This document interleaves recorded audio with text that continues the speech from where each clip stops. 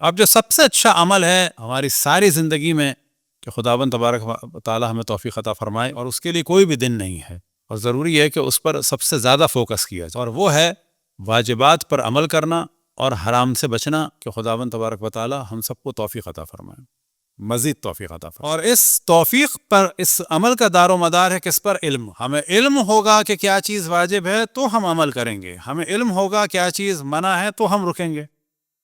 یہی وجہ ہے کہ اہم ترین جو واجب ہے وہ ہے احکام قرآن اور اہل بیت کو، یا بالفاظ دیگر احکام دین کو، یا بالفاظ دیگر احکام شریعت کو جاننا واجب ہے، لازم، کیونکہ پہلا مرحلہ ہے جاننے کا، اگلا مرحلہ ہوگا اس پر عمل کرنے کا، یا یہ کہ اگلا مرحلہ ہوگا ان چیزوں سے کہ جن سے رکنا چاہیے ان سے رکنے کا، لیکن رکیں گے جب ہمیں علم ہوگا، کریں گے ہم جب ہمیں علم۔ اور جو سب سے اہم عمل ہے کہ جو زندگی کے ہر مرحلے میں انجام دینا چاہیے، اور دعا ہے کہ خداوند تبارک و تعالی ہم سب کو مزید توفیق عطا فرمائے، معرفت دین کی پہلا مرحلہ ہے دین کے بارے میں معلومات کا۔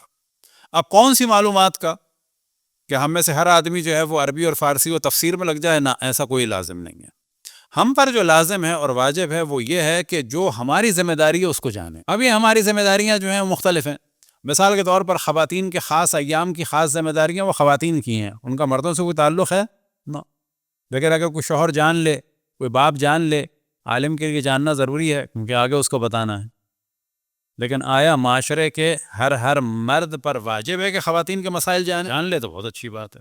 مثال کے طور پر زکوٰۃ گائے کی، اونٹ کی، بھیڑ کی اگر کوئی جان لے تو بڑی اچھی بات ہے، لیکن ہمارے پاس نہ گائے ہے، نہ اونٹ ہے، نہ بھیڑ ہے، تو آیا جاننا اس ایک مومن پر واجب ہے؟ اونٹ کا نصاب اور اونٹ کی زکوٰۃ، اور گائے کا نصاب اور گائے کی زکوٰۃ، اور بھیڑ کا نصاب اور بھیڑ کی زکوٰۃ۔ تو پہلا مرحلہ آتا ہے کہ جتنا زیادہ جانیں اچھا ہے، لیکن ہم اس کی بات نہیں کر رہے، ہم بات کر رہے ہیں کہ جو ہم پر جاننا واجب ہے۔ ہم پر جاننا واجب کتنا ہے؟ کہ جو چیز ہم سے ریلیٹڈ ہے، جس چیز کا تعلق ہم سے ہے، جو مسائل ہمیں پیش آتے ہیں، لہٰذا توضیح مسائل کا جو پہلا مسئلہ ہے وہ یہ ہے کہ جو مسائل پیش آتے ہیں، سارے مسائل نہیں، جو مسائل پیش آتے ہیں ان کا سیکھنا، سارے مسائل کا سیکھنا واجب نہیں ہے، وہ بہتر ہے۔ جو پیش آتے ہیں ان کا واجب۔ پیش آنے والے مسائل کون سے ہیں؟ اب اس میں بھی جیسے کہ مردوں کے اور خواتین کے، ہم نے کہا بعض دفعہ مثال دی کہ ضرورت نہیں ہے، یا فرض کریں وہ خواتین کے جن کو وہ مسائل پیش نہیں آتے، بوڑھی ہو گئیں، ان پر واجب ہے، کہا جائے گا ان پر بھی واجب نہیں ہے، لیکن ہاں قضا کرنے کے اعتبار سے ان پر واجب ہے کہ اب وہ یہ جانیں کہ ان ایام میں جو ان سے غلطیاں ہوئیں، جو عبادات قضا ہوئیں، ان کے لیے اب کیا کرنا ہو۔ تو جب کہا جاتا ہے کہ دین کی معلومات، تو اس سے مراد یہ نہیں ہوتی کہ ہر آدمی نجف یا قم چلا جائے، یا ہر آدمی عربی اور فارسی سیکھے، اور ہر آدمی تمام فقہی مسائل کو سیکھے، نہ، دین کی معلومات اتنی جتنی کہ اس کو ضرورت ہے۔ پہلا مرحلہ آتا ہے اصول دین کا، کہ ان کو ضمناً جانتا ہو، توحید ہے، عدل ہے، نبوت ہے، امامت ہے، قیامت ہے، اور اس سے ریلیٹڈ تھوڑی سی چیزیں، لیکن کیسے؟ دلائل کے ساتھ۔ دلائل میں سے کیا کافی ہے؟ کہ زمین و آسمان کا بنانے والا جو ہے خداوند تبارک و تعالی ہے، کیونکہ کوئی چیز بھی بغیر خالق کے وجود میں نہیں آتی، یہ مختصر سی دلیل ہے، یہ بھی کافی۔ اب یہ دلائل بڑھتے چلے جائیں اتنا بھی، لیکن جب عمل کی بات آتی ہے تو صرف اتنا واجب ہے کہ جتنی ہمیں ضرورت پیش آتی ہے۔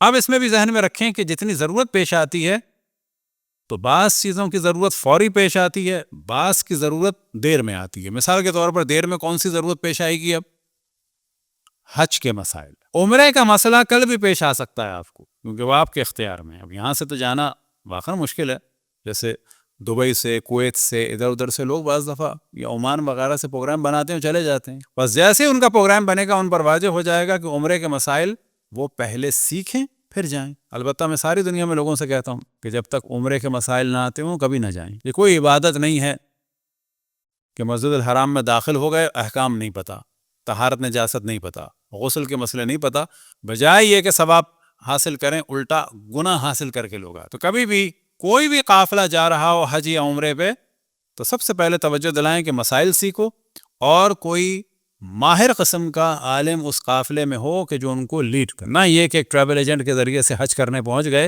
اور پتہ چلا کچھ بھی نہیں آیا، الٹے کفارات لے کے آ گئے، حج بھی باطل ہو گیا، یا عمرہ کرنے چلے گئے الٹا گناہ کر کے آ گئے۔ اس سے بہتر تھا کہ گھومنے چلے جاتے۔ صلوات پڑھیں پر محمد والے محمد۔ تو فرض کریں کہ حج کے مسائل سیکھنا ہم پر واجب ہے، کہا جائے گا ہاں آج جب حج پہ جانا ہوگا سارے کے سارے مسائل سیکھ لیں حج سے پہلے. فرض کریں کہ عالم ہمارے ساتھ ہیں اور وہ ہمیں بتا رہے ہیں کہ اب آپ کا یہ عمل ہونے والا ہے شروع, یہ اس کے احکام ہیں. اگلے کا ہمیں کچھ نہیں پتا, اگلا پھر انہوں نے بتا دیا, اس کے بعد پھر بتا دیا. یہ دین کتنا جاننا ضروری ہے کہ جو ہمیں پیش آتا ہے. وقت کیا ہے اس کا کہ جب جو چیز پیش آ رہی ہے. لہٰذا بعض دفعہ شب قدر میں نے مومنین کی توجہ دلائی کہ اس وقت اگر آپ غسل صحیح کر لیں اور وضو صحیح کر لیں یہ آپ پر واجب ہے, کیونکہ اگر آپ نے ساری رات عبادت کر لی اور 100 رکعت نماز پڑھ لی لیکن وضو صحیح نہیں تھا تو کیا ہوا فائدہ. لیکن مومنین کیا کہتے ہیں کہ اس وقت 1 گھنٹہ وضو سیکھنے میں لگا دیں یا آدھا گھنٹہ وضو سیکھنے میں لگا دیں. اب ان کو یہ نہیں پتا کہ جو 4 گھنٹے آپ نماز میں لگائیں گے سب بیکار ہو جائے گا. بہتر نہیں تو 10 منٹ پہلے وضو سیکھ لیتے یا پہلے غسل کر لیتے. مسجد میں بیٹھیں, آپ کا اس وقت بیٹھنا حرام ہے مسجد میں, بہتر تھا کہ گھر چلے جاتے تو زیادہ ثواب ملتا. لیکن عام طور پہ کیونکہ لوگوں کو کلیئر نہیں ہے کہ مسئلہ مسائل کا سیکھنا واجب ہے, اس کو اہمیت نہیں. اور سب سے پہلے ہماری ذمہ داری ہے کہ دین کے احکام کو جاننا. پھر ہماری ذمہ داری ہے کہ یہ بھی جانیں کہ کون سی چیزیں جاننا ضروری ہے اور کتنے کب جاننا ضروری ہے, اور خصوصاً جو چیز پیش آنے والی ہے اس کا جاننا ہم پر لازم ہے. کسی کا اگر سلاٹر ہاؤس ہے تو اس پر واجب ہے کہ اس کے احکام جانتا ہو, لیکن آپ کا نہیں ہے تو آپ پر واجب ہے کہ آپ پر واجب ہے اگر بقرعید میں جا کے آپ نے کوئی قربانی شربانی کرنی ہے, کوئی عقیقہ کرنا ہے, کبھی کوئی جانور کاٹنا ہے تو اس دن واجب, اس کے بغیر نہ کریں یہ کام. اسی طریقے سے اگر کسی کی اور کوئی بزنس ہے تو اس پر واجب ہوگا کہ وہ اس چیز کو جانے, اور بغیر جانے اس کاروبار میں داخل نہ ہو کیونکہ اس میں حرام میں پڑ جائے گا. مثال کے طور پر گوشت کا کاروبار ہے تو اس کو پہلے جاننا چاہیے کہ اگر مسلمان کو گوشت بیچنا ہے تو کیا بیچے گا, حلال بیچے گا, اور اگر نان مسلم کو بیچنا ہے تو اس کو گوشت بیچ سکتے ہیں تو اس کو بھی بیچ سکتے, لیکن سور کا نہیں بیچ سکتے.